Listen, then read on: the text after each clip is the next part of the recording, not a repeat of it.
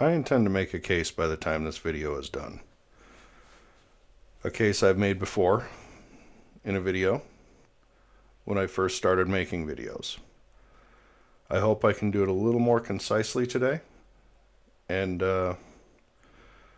hopefully you guys will enjoy it and understand what my point is by the end. At that time, I'll let everyone know what my conclusion is and what the whole point of this is. But I want to go through it step by step to make that case.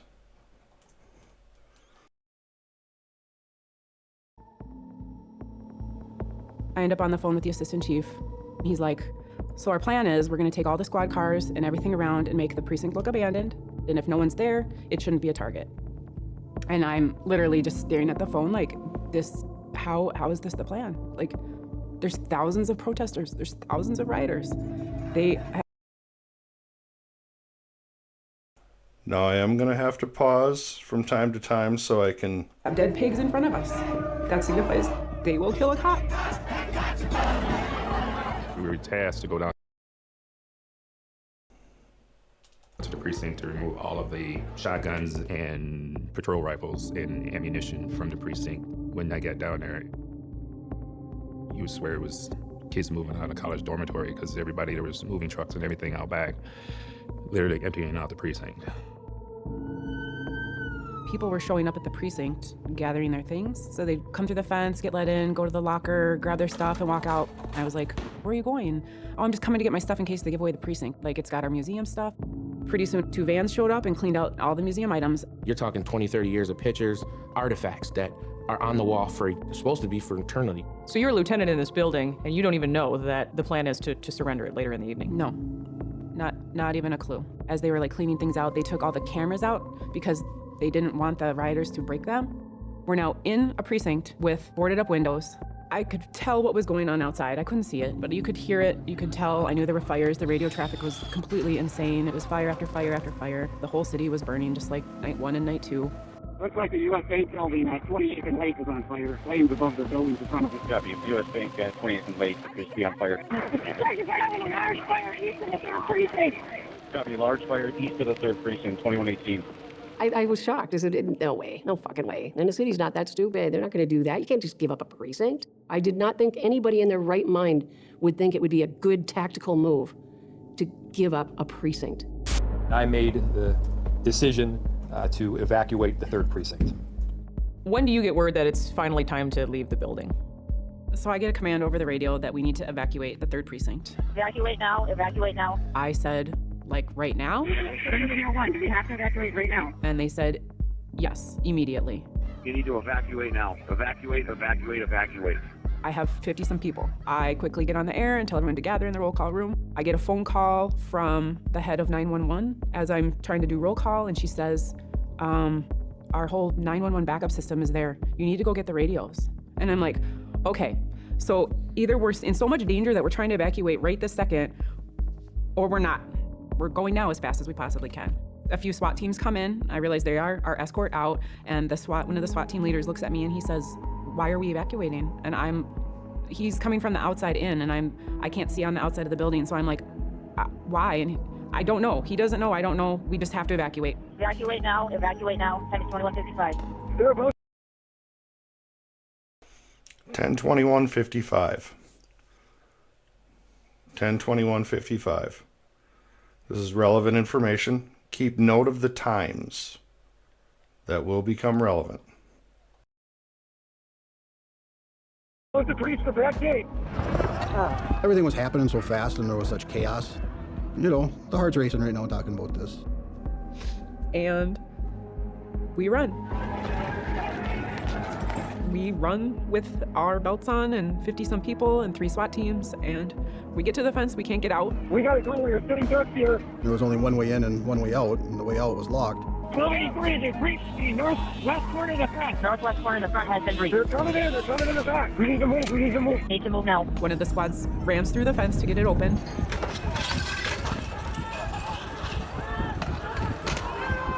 I remember looking through the rear view. That video that you saw there of the police department fleeing abandoning their precinct. That went nationwide. That went nationwide. Your mirror, as we left, it looked like a zombie movie. They all just rushed to the fence and started climbing the fence, and they caused the fences to collapse, and then they just all rushed the precinct.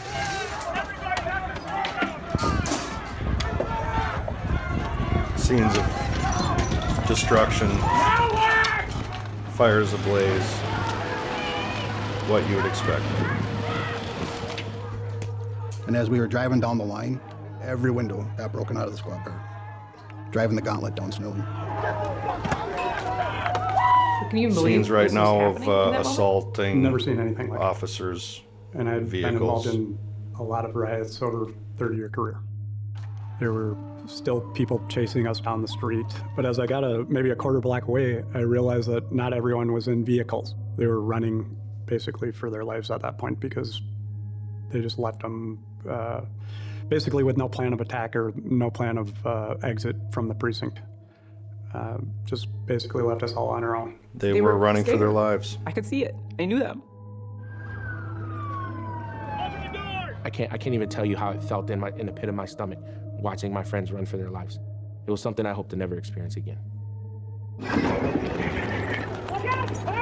We ran probably 4 or 5 blocks, and eventually 2 buses show up. We get on, and it was just pure silence. I've never cried at work, and I couldn't control myself. I apologized to them. All I could do is say, I'm sorry, and they were like, this is not you. And I felt like I didn't save the precinct. I let them all down. I let all them down. And I just looked out the window, and the whole city was on fire. Our precinct was on fire. And it was just like I'm watching a bad dream. Copy, the precinct is on fire. Get a citywide tone right now in our loss of the 3rd precinct. Airing information citywide. The 3rd precinct has been compromised. Cops do not run away. You run too. The symbolism of a building cannot outweigh the importance of life, of our officers or the public. We could not risk serious injury to anyone. Mayor Fry decided that it was just a building. And I know there's probably several hundred cops and maybe some citizens that would disagree with that. This has never happened in our country's history. Have you lost a police station or police precinct to a riot? Furthermore, forfeiting it. It was unbelievable then, and it still is now, that they chose to surrender that precinct. And that is one of my main points in this. It is unbelievable that a major American metropolitan police force and the government of that city decided to abandon, retreat, be seen nationwide retreating from its precinct. This is another video we're going to go through, and I have to do the same thing. Here we go. CBS Minnesota reporter Jennifer Merrily explains those findings. The National Guard called into Minneapolis tonight after protests turned violent.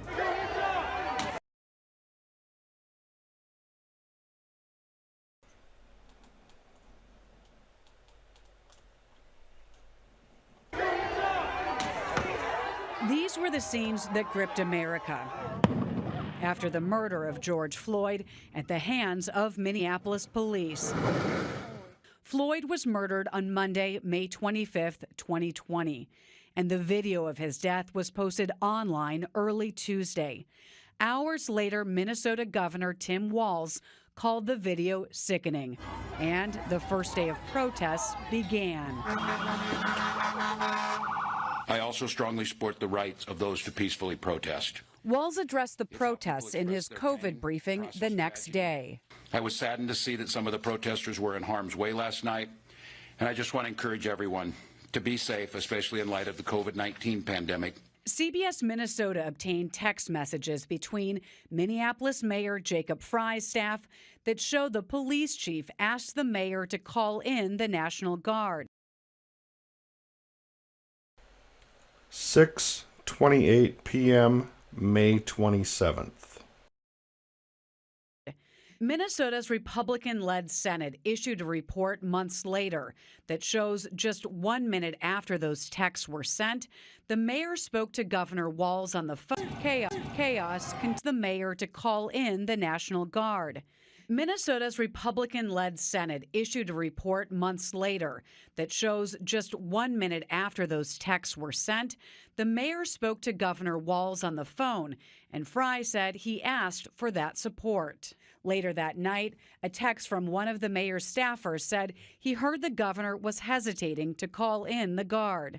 Walz and Frey disagreed over their conversations. The same Senate report said police sent a written request for the Guard up the chain to the state's Commissioner of Public Safety. Meanwhile, on the streets, chaos continued. Walz urged people to go home, calling the situation extremely dangerous.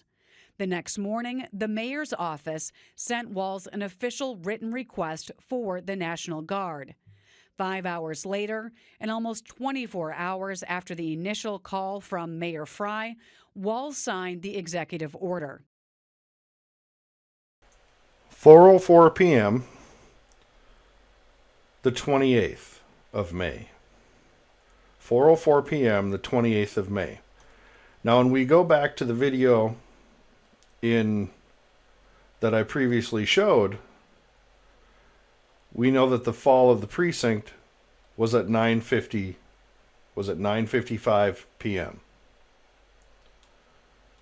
5 hours. Well, 4 hours and 45 minutes essentially. Had Walz acted earlier upon the request of Jacob Frey, there would have been enough manpower in order to assist Minneapolis.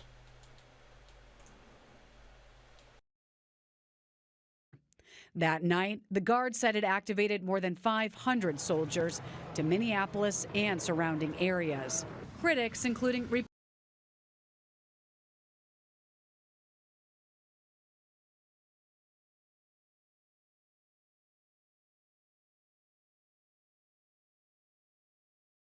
You can't have that hesitation you had with Walz. You can't have it. It cannot be.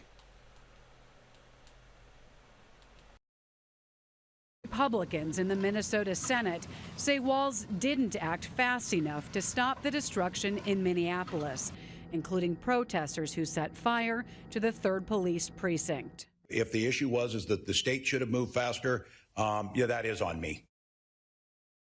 Yep. Sure is. We have confirmed that you were hesitating from the mayor's office on Tuesday night. They said you were hesitating. We've got that text confirmation. We dodged a bullet, America. You have no idea how close we were. Governor Walz also described a more philosophical question he faced. Would putting additional troops on the ground help or hurt the already volatile situation? We're not going to restore peace on our streets by having a bigger group of National Guard show up. But as protests continued, more National Guard troops were brought in. And on Saturday, Walz mobilized the full Minnesota National Guard for the first time since World War II.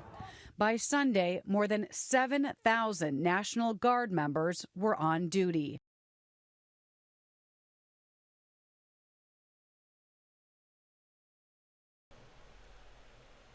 Unreal. Unreal. And here's my case that I want to bring to you. That it was following the abandonment of that precinct. Not the protests. There were protests in Minneapolis and a couple other cities, but it was the abandonment of that precinct seen on international television, on the internet worldwide, that caused the Summer of Love. Alabama, 1,000 people gathered in Birmingham. That ended in vandalism and a state of emergency. Arizona had seen 5 weeks of protest beginning on May 28th. Arkansas, May 30th. Hundreds of people in Little Rock participated in a demonstration. It turned violent. California, through June 15th, protests occurred in 171 California cities, including multi-day ones in Oakland, San Francisco, San Diego, and Los Angeles, and we know how peaceful those were. Colorado, protests continued for 12 days after the 28th. On the 29th in Connecticut, 1,000 people marched in Hartford. Multiple events. Delaware, District of Columbia. We all know what happened in D.C. Vandalism, tear gas, rubber bullets. All kinds of fun stuff. Multi-day protests in Florida. Miami, near Derek Chauvin's home in Windermere. Georgia, we all know that that didn't turn out very well on May 29th, again, after the police were seen to run. Multiple clashes with police. Vandalism. Honolulu, 1,000 protesters. On the 30th. On the 30th in Idaho. In Chicago, we know how well that went. May 29th, some protesters breaking windows in Indiana. Iowa, Kansas, 10 individuals demonstrated peacefully. That's nice to hear. Hundreds walked through the city in Kentucky. Later, 7 people were shot by unknown shooters. Louisiana, May 31st, hundreds of people walked to the state capitol. Ended in tear gas and rubber bullets. Maine, Maryland, Massachusetts, on May 31st. Ended up with pepper spray batons. Michigan, Detroit, May 29th. Throwing items at police officers. Minnesota, of course. Mississippi, May 29th. Missouri, May 29th. Dozens walked. Montana, Nebraska, May 29th. Nevada, May 29th. Threw bottles and rocks at police. May 30th, 800 in Manchester. 2-minute pickup truck brandishing a handgun. Shortly thereafter, 2 men were arrested. New Jersey, multiple organizations protesting. New Mexico. New York. We know what happened in New York after the 28th. It became quite interesting. Number of large-scale protests going down the street, and yes, they got violent, as we can all remember. North Carolina. Rubber bullets, tear gas. North Dakota became violent after 6 p.m. Ohio. You notice a theme here? May 30th, May 30th, May 30th. Oklahoma, May 30th. Oregon. Do we need to recap what happened in Portland? Come on. Pennsylvania, Philadelphia saw thousands of protesters, including rioting and looting. That's not in here, but I remember it. Rhode Island even had one. Little Rhode Island. South Carolina. South Dakota. Protesters went through the mall throwing rocks and bricks. In Tennessee. A Nashville autonomous zone. Texas. Showed female trampled by a police officer and a horse. A man with a machete was beaten near to death by protesters. Utah, Vermont, Virginia, and Washington that ended in the Capitol Hill neighborhood Chaz. Wisconsin, they had plenty of good ones. Ended up being a little more fun in the end for Kenosha. My point, and the reason I wanted to spend the time listing all those, is because it all started here. Poor decision making by Tim Walz, allowing Jacob Frye, one, to abandon the 3rd Precinct in the first place, and two, not providing Jacob Frye with the manpower via the Minnesota National Guard to quell the protest in the first place. His hesitation from the night of the 27th going into the 28th is what caused the entire 2020 Summer of Love riots and the turbocharging of the left woke agenda, who felt empowered because, as you recall, those who are campaigning for the presidency were also bailing out people from jail participating in these protests. The turbocharging, everything we endured, everything that we've had to try to roll back in the last 30 days started here because of incompetence in the governor's office and a willingness to let incompetence run rampant through Minneapolis by its mayor, who, by the way, is seeking re-election. And you know what the sad part is? He's the best choice. What does that tell you about the state of Minneapolis, ladies and gentlemen? Whose council has 6 or 7 Democrat Socialist of America endorsed members on it? What does it tell you about Tim Walz? We dodged a serious bullet, America. We seriously did. This guy is incompetent. They've already found $600 million worth of fraud in this state during his reign. That's just what we've uncovered so far. You have no idea how screwed up it is here. It's so screwed up here that we let it affect the entire world. That's how bad it is. And that's the point of this video. Is the summer of love and the turbocharging of the left and everything we've had to roll back in the last 30, 60 days is because of here. The incompetence here. The white liberal guilt here. The inability of Minnesotans, especially in political office, to do anything that is right by its constituency. Only to its vocal minorities. And I don't mean racial. Because those minorities, the racial minorities, want the police back in their area. In there. Because it is crime-ridden. Crime-ridden. It's unreal. But I wanted to bring this to you. Hopefully it can get a little more attention than my previous version of this. I hope you liked it. I hope it made some sense to you. Throughout history, whenever an army retreats, they get destroyed. They're seen as weak, and they get attacked. And that's what happened nationwide when the Minneapolis Police Department was ordered to abandon the 3rd Precinct, and seen worldwide abandoning it as an army is retreating is historically what you would call that. The thing that happens historically happened to an army in retreat. They were attacked.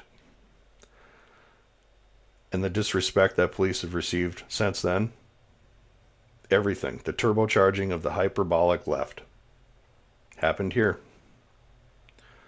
Thank you. I appreciate you listening. If you liked it, hit the like and subscribe. Maybe share it with a friend. Thank you.